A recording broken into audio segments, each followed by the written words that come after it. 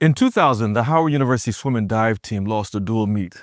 This would have been unremarkable, except for the fact that this loss became a losing streak that continued for more than a decade. Nicholas Askew of Howard University's class of 2000 was among the swim team's alums who felt the stinging embarrassment of the team's losses. He had had enough. He called on the university to close the program if it wasn't going to support it. It was better to have no team than to have the shame of a losing team. But rather than end the program, the university's athletic director at the time called on Nic to show that he can do better. Coach Nic took on the task of rebuilding the university swim and dive team. Not only did he turn the program around, he and his volunteer coach staff remade it. Today, it's the only HBCU with a swim team. More than that, it's one of the best teams in the country.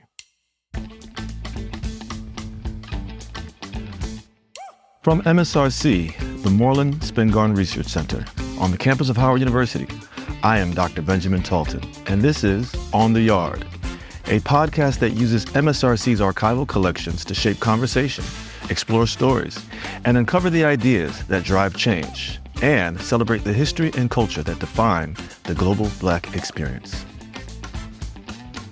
For this episode of On the Yard, I'm joined by my good friend, Coach Nic Askew, coach of Howard University swim dive team and the tennis team. How are we doing today, Coach?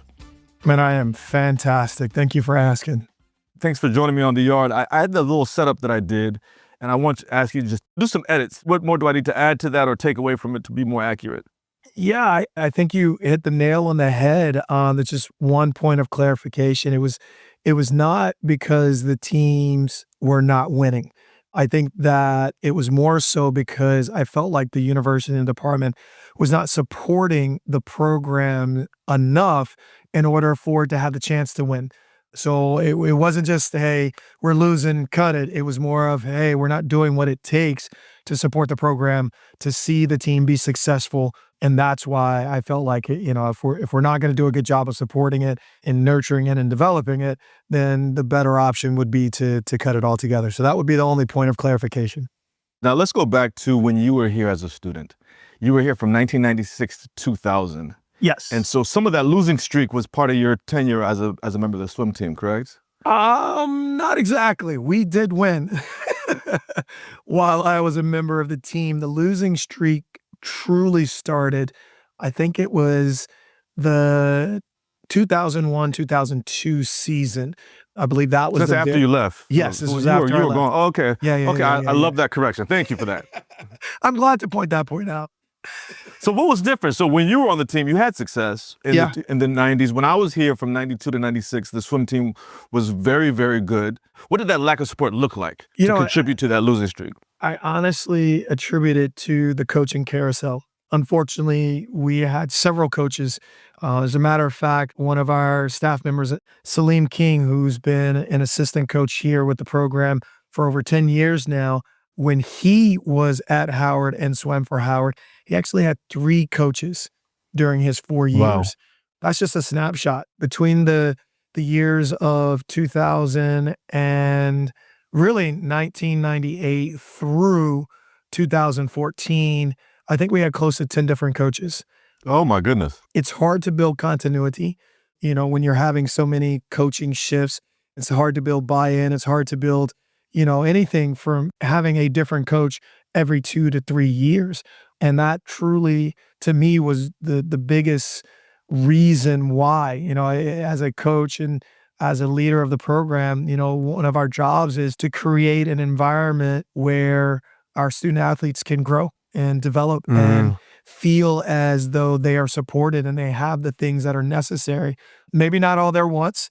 As a matter of fact, it would probably never be all of their wants, but there are certain things that are necessities. Having a coach on deck for a team that can be as large as a swimming and diving program, you need to be there, you need to be present, and you need to be 100% engaged. So that coaching carousel was absolutely one of the things I attribute to why the program, unfortunately, was not doing as well as it could have. And this high school students, these sophomores and juniors, they are aware of the culture of a program, correct? So they can see what a team looks like and what a program looks like when they're deciding on these schools. Yeah, I mean, it's like anything else. There are tells, right? You look at the swimmers that come in. Swimmers are really astute at checking times, whether it be their own times or it's their competitors, or, when you're in high school, you're looking at the times of the teams that you may want to be recruited to or you may want to become a member of. And when you see that a swimmer comes into the program at one time and then is a part of that program and does not improve, it gives you the feelings of this program is not developing its athletes. Now, there's no guarantee that for anybody that you'll get better or get faster. But when you're looking at it, you're taking note that, hey, I'm not really seeing growth within the swimmers that are a part of this program. And, you also look at records as a high school, recruitable athlete. You're looking at the team's success rate.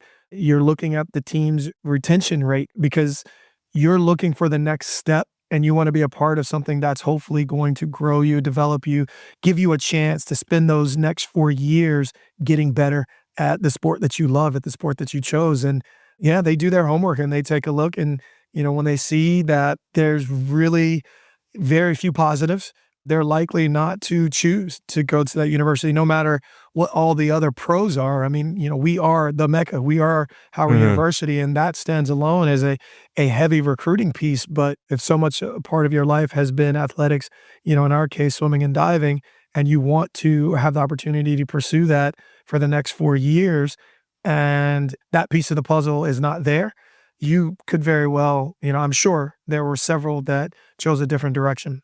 Yeah, let's talk about what you inherited. You became coach in 2014, correct? Correct. Yep. And you were the assistant tennis coach at the time. Yes. Okay, so you were here as assistant tennis coach, and then you inherited the swim team in 2014 that had this losing streak. That's a big deal. Now, I'll just say my entree into it is I was fortunate to be named coach for a day, an honorary coach for a day, right? Honorary coach of the day, yes. Honorary coach for the day. I kind of gave myself a promotion there. So honorary coach for the day. I walk into Burr Gymnasium on campus. I had no idea what I was getting myself into. And I'm not one, you've known me for the last 3 years now, I'm rarely at a loss for words. Yeah. But I walk into Burr and I see the swim team there, and the place is electric. Yeah.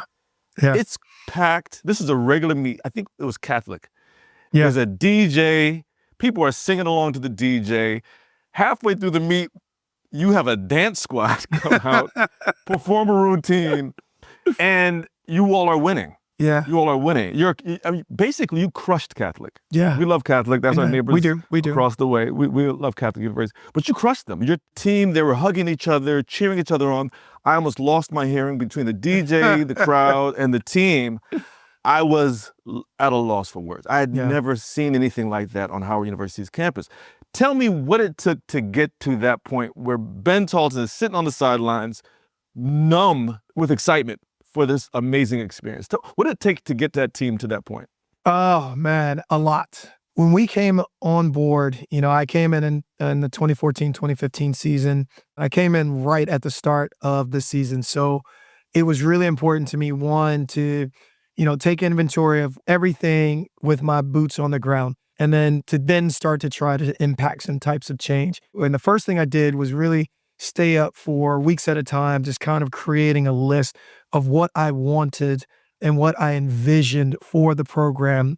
And it was based selfishly on, the thoughts and the wants and the different things we felt like we needed when I was a student athlete here, and collectively listening to the alumni and what they felt like was needed and wanted, why they were student athletes here. So really took an opportunity to listen to our alum of the program. And then, of course, spending time with the current student athletes and what they wanted and what they needed and what they thought, it could be. And I created this list of literally 250 plus bullet points. I created a plan, the action plan, and I started digging into it, and I knew I needed help because I could not do it all by myself. I started to make some phone calls to a couple people of what they were doing and where they were and would they be interested in coming along in this journey of really changing the program.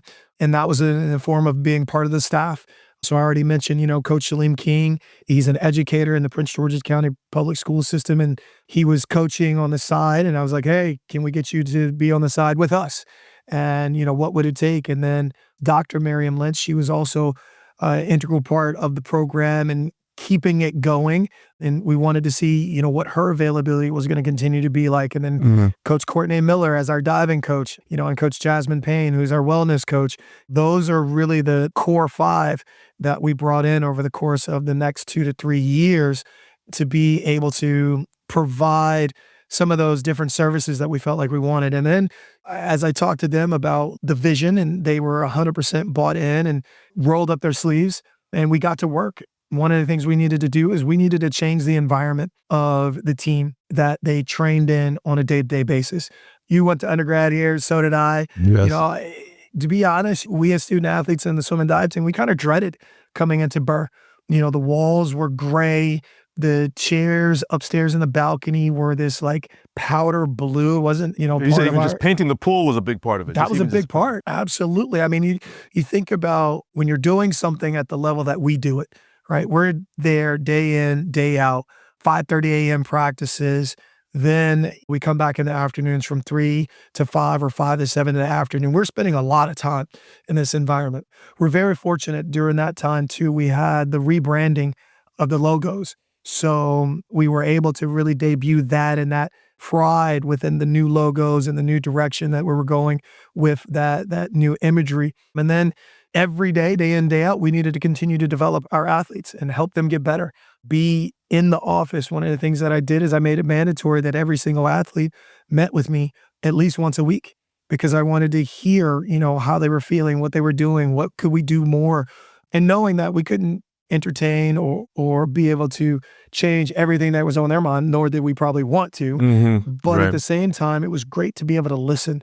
It was great to also start to build that relationship because, when you're coming in as a new coach, you've got some people that are, hey, that's great, we got a new coach. And you got other people who are like, yeah, I don't know about this cat.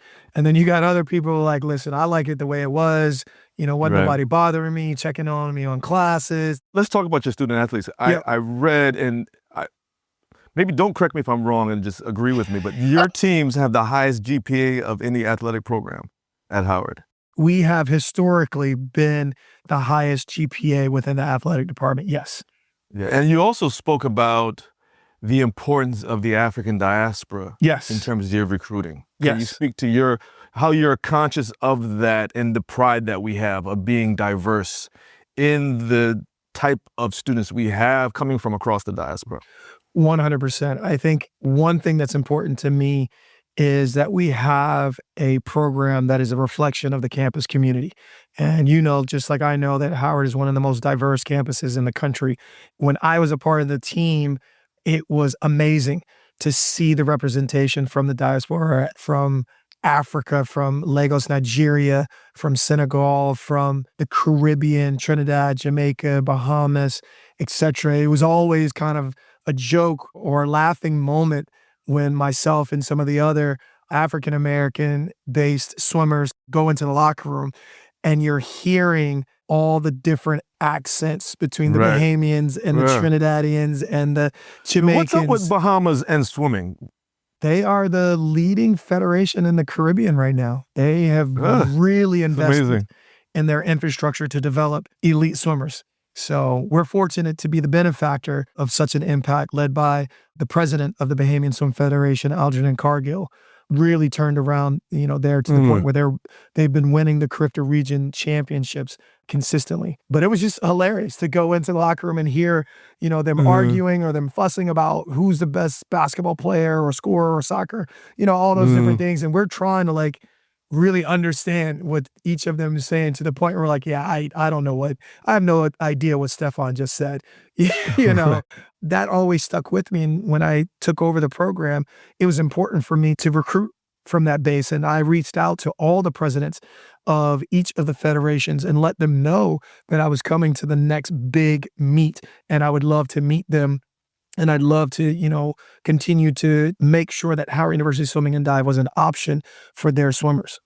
And let's talk about academic success. What does that entail and to ensure that you have 5:30 a.m. practices, they're going to class, and then they're coming back to Burr in the evenings? How have you been able to ensure that academic success as well? Well, the biggest thing is we talk about in the recruiting process. We make it known that academic success is the number one priority of this program. And if you're only coming to be an athlete here, then this is not a good choice for you, because we're going to be, really expecting high academic marks. Because at the end of the day, Howard's love language is academics. Howard's love language is continuing to be in the same conversation as any of the Ivy League schools or high academic achieving schools. And that's what I talk to our team members about, is that when the numbers get posted for academic All-American, I want our numbers to be as high or higher than a Harvard or a Yale or a Princeton. Because when we go into conversations or interviews or the boardroom, those are the people that we're literally going to be with. So making them understand that we have to do that part. And, candidly, I also talk about, listen, we can't be a swim and dive program and have the lowest GPA in the whole department. Let's be real. Right. That's not going to ensure our sustainability. It's not going to look good on me going into a meeting and with the leadership here at the university, whether it be, our VP of athletics, Mr. Kerry Davis, or even the president, Dr. Frederick, and they're saying, hey, Askew, what are you doing? Swim and dive's got to level up. So we talk about that, and we talk about no matter what we do in the pool, whether diving off the board or off the blocks, our academics has to be at its all-time highest. So we support it by ensuring that our team has study hall. They have mandatory study hall, no matter what their GPA, major, or how many TikTok followers they got. They still got to come to study hall. Love that. We directly connect them with our support staff, which Mr. Moore, Mr. Bowden, and with tutors, with advisement, with guidance. And again, being here on campus full-time is also a big point. And I think going back to the previous question of what led to our demise, like, we weren't just not swimming and diving well, we were always also underachieving in the classroom. And that's because the coaches in that carousel, they had full-time or other part-time jobs where after they coached on deck, they left campus. I'm actually the very first full-time swim and dive coach in Howard University swimming and diving history. And knowing 100 that, years of swim and dive, and you're the first full-time coach. First full-time. And what that meant to me was, okay, that is a first level of support, of saying that we're going to give you this chance to right this ship, change the direction of this locomotive. And that meant I needed to be in the office. I needed to have my Was that door part of the open. conversation when you spoke to the then athletic director about taking on the position to say, I'm coaching the tennis team, but I need to be full-time as a swim and dive coach? Yes, absolutely. And what we talked about was the presence that having a full-time coach, that difference that was going to make. And your success has not gone unnoticed. I want to think that perhaps my presence that one day as the honorary coach contributed to it, but that same year, perhaps by coincidence, I don't know, but Sports Illustrated honored Howard University, acknowledged the swim dive team, and you were on the cover of Sports Illustrated with an amazing story. How special was that when you pulled that from the plastic that arrived at your house with to see Howard University swim dive team on the cover of Sports Illustrated? Yeah, it was epic. We are the first and only swimming dive program in all of NCAA history to ever grace the daily cover of Sports Illustrated. Amazing. And not only were we on the daily cover, but we also had an 8-page spread in there. And I'm not sure if I ever told you the story behind how that actually happened. No. So I'll keep it as short as possible. So the previous year we had competed against Georgetown here at Howard, and the coach was like, dude, I want to make sure we are on your schedule every year, but we only want to swim you guys here. This atmosphere is amazing.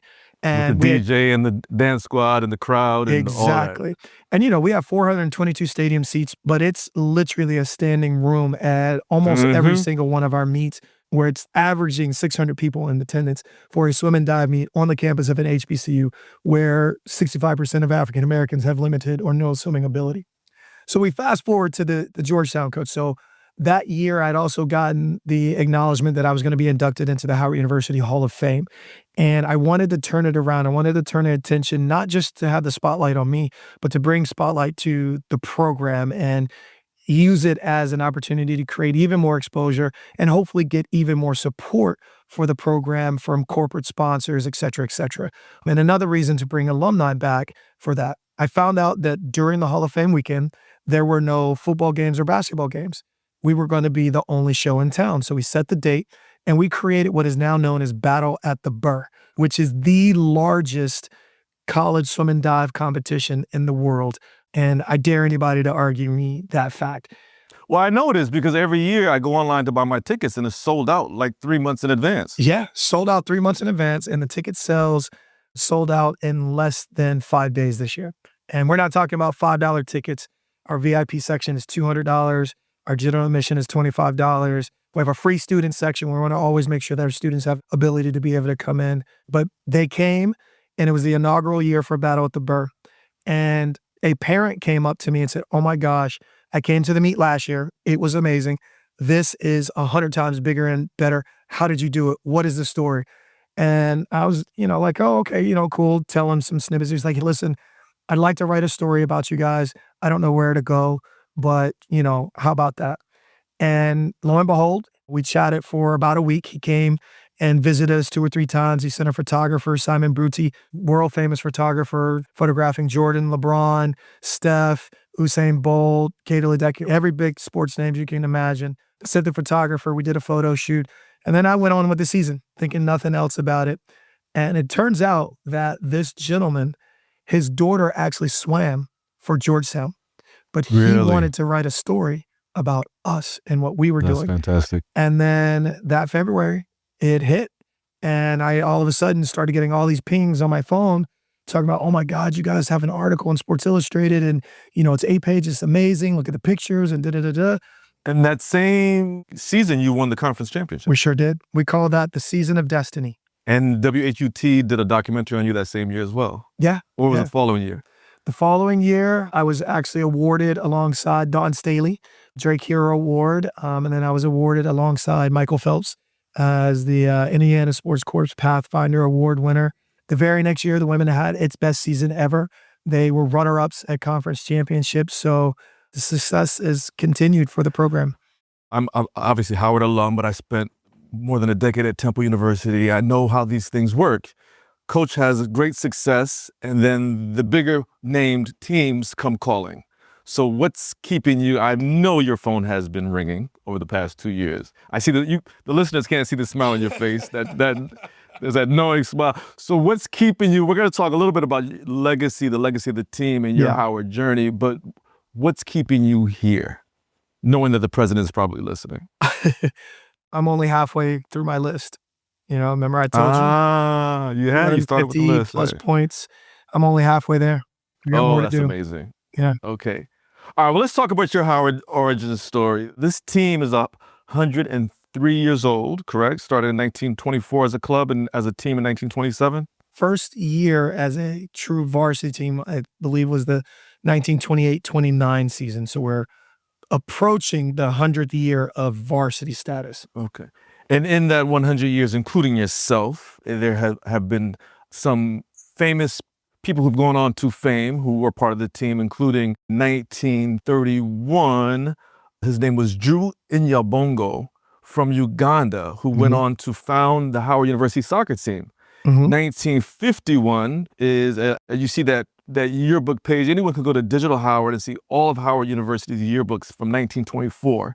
That 1951 swim team included Andrew Young, who was congressman from Georgia. He was a right-hand man of Martin Luther King, went on to become mayor of Atlanta. He was ambassador to the UN under Carter. He was part of that swim team. You can see that on Digital Howard right now.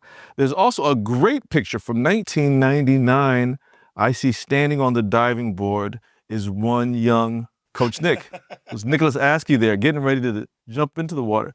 What brought you to that moment? What's your Howard journey? Well, the title of this is On the Yard, and I claim to have been on the yard since 1987. I'm very fortunate to have 2 older brothers who are also Howard alum, and my oldest brother, Joseph Askew, came into Howard in 1987. From moving him into Drew Hall to then spending summers here while he was in summer school, visiting, I have amazing memories and experiences from the starting point of 1987. I knew that I wanted to always swim for a Division I HBCU, and at that time there were only three. One of them, North Carolina A&T, was an all-women's team, so that of course was not going to be an option. The other was Florida A&M. I did a visit there, had a great time, but there was such a strong connection to Howard that it really was the choice for me. Dr. E. Newton Jackson was the coach of the team during that time. He's now back at the university as a department chair for Health, Human Performance, and Leisure Studies in the College of Arts and Sciences. And he brought me in through the recruiting process. And when I got to Howard, it truly was a filling of a void that I didn't even know that I had that was so deep. Growing up in Eastern North Carolina, there were only 2 or 3 swimmers of color, including myself and my older brother.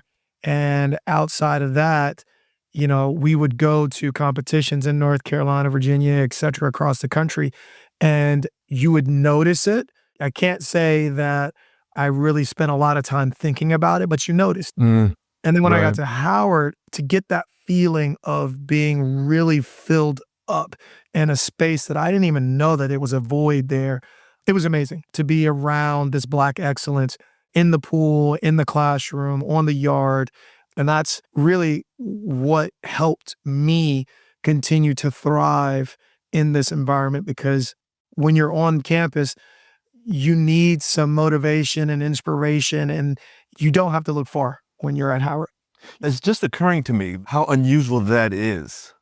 I hear your swimmers say that. I'm in the pool with people who look like me. I'm in the pool with people who look like me. I hear Howard students say that quite a bit, that this is their first immersive Black experience. I have to force myself not to take that for granted. I grew up in a predominantly Black space, and I always had Black professionals around me. But the unfortunate irony of being one of the best swim teams in the country and being the only Black swim team in the country. Yeah.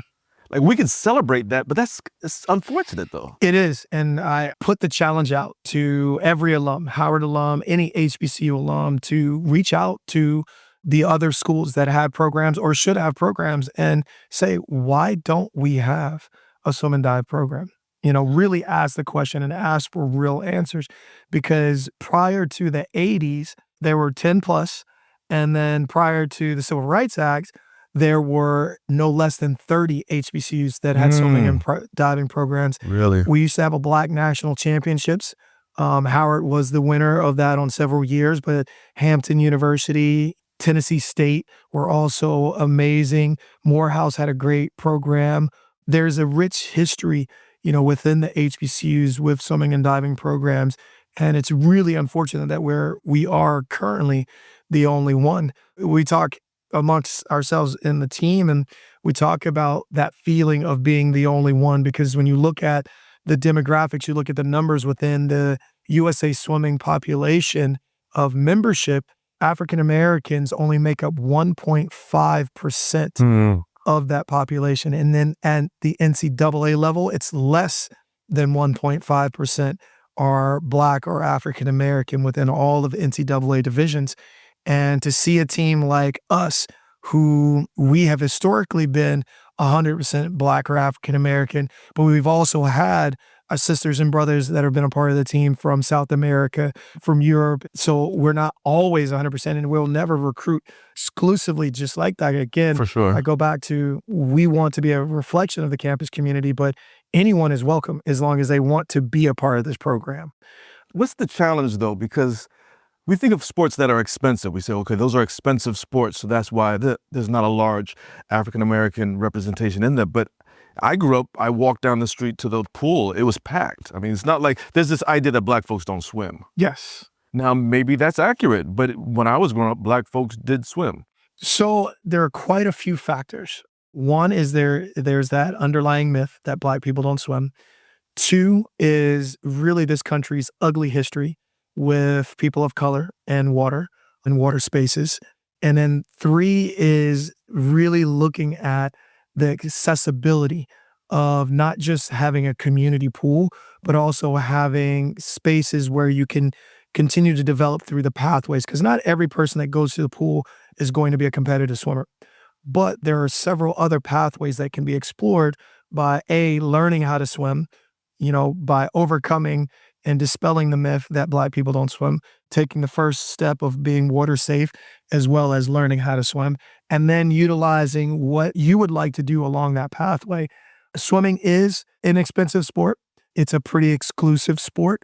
And unfortunately, when you're looking at competitive swimming, as I mentioned in those percentages, it's not just the amount of swimmers, but when you look across the deck at the officials and the judges, the meet directors, you're not seeing people that look like us. So therefore, that creates the psychology of maybe that's not a space for me. There's also the taboo within the Black people don't swim that all we do is, your mainstream sports, football and basketball.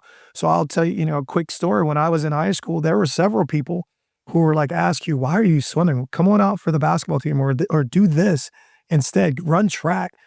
No, I like swimming, and it wasn't that. And tennis. You're doing tennis. Two of the least Black sports. Two of the very least, right.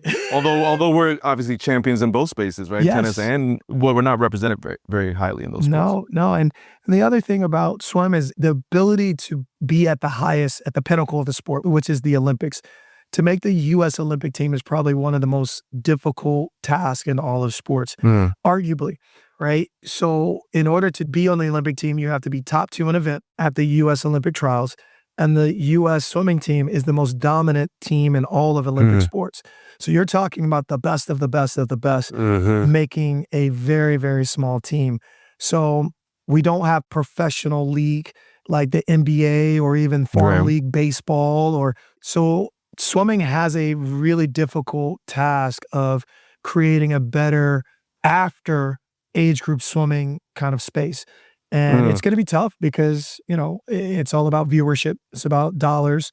Basketball, football, baseball, they make money. Hockey, they make money because of viewership and things like that. But I'll tell you, brother Ben, looking at what we're doing at Battle at the Burr and with our swimming and diving program, we're literally laying the blueprint for swimming and diving as a competitive sport to show that, hey, there can be support, there can be dollars, there can be revenue generated in this space, but that's up to y'all to figure out. I got to take care of HU and what we do.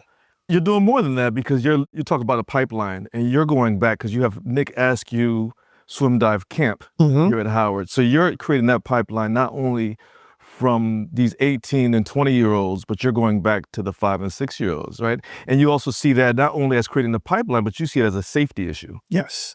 We do a number of things. So not only do we host a competitive swim and dive camp every summer on different weekends and throughout, but we also host 2 or 3 learn to swim clinics per year. And we also send the team out and the coaches out to different learn to swim and water safety events all throughout the year, because it's part of our mission of not only being representatives as student athletes here at Howard University, but it's also important for us to continue to show our community that this is a space for them to be that representation.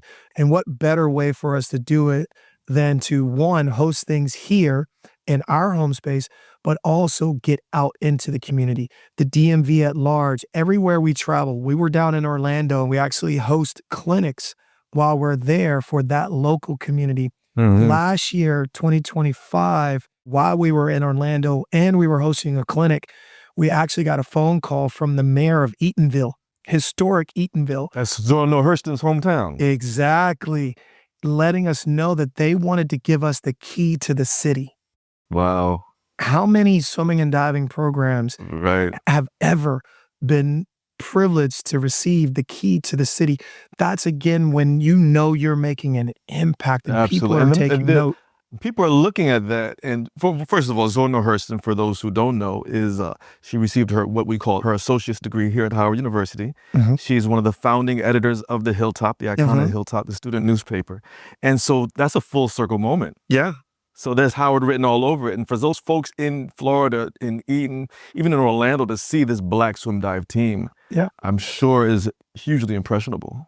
Yeah, it is. And it's actually a global impact. We did a winter training in Bermuda a couple years back, and literally Brother Ben, I got a text message from a resident that lived near the facility that we were training at and said, hey, the pool is awfully empty without you guys. When are you coming back? I And, love that. Oh my goodness. it really is the inspiration that keeps us going, because again, what we do is not easy. And yes, we're able to get a lot of shine because of what we do. But when we really add up the minutes and the hours and the time that we're putting in and things like that, it's tough. It's super tough. But hearing that we're making that type of difference, that allows us to have that burst of energy to keep doing what we're doing. I love it. Coach Nic, I have to tell you, I see your students on the yard. They recognize me sometimes. They're always very, very professional, always very courteous. I'm proud of the work you're doing. I always say that you can get a lot of things done when you don't need credit, but I love the fact that you're getting a lot done and you get the credit. You've gotten the shine and it's well-deserved. I'm very proud of the work you're doing, and I'm very grateful that you joined me for this episode on the yard. Thank you so much, man. It's been a thrill. I can't wait to come back. Thank you for joining us on The Yard, the podcast of the Moorland-Spingarn Research Center, a University FM production, and produced by MSRC's very own Aaron Jacobs. I am Dr. Benjamin Talton. We look forward to seeing you again on The Yard.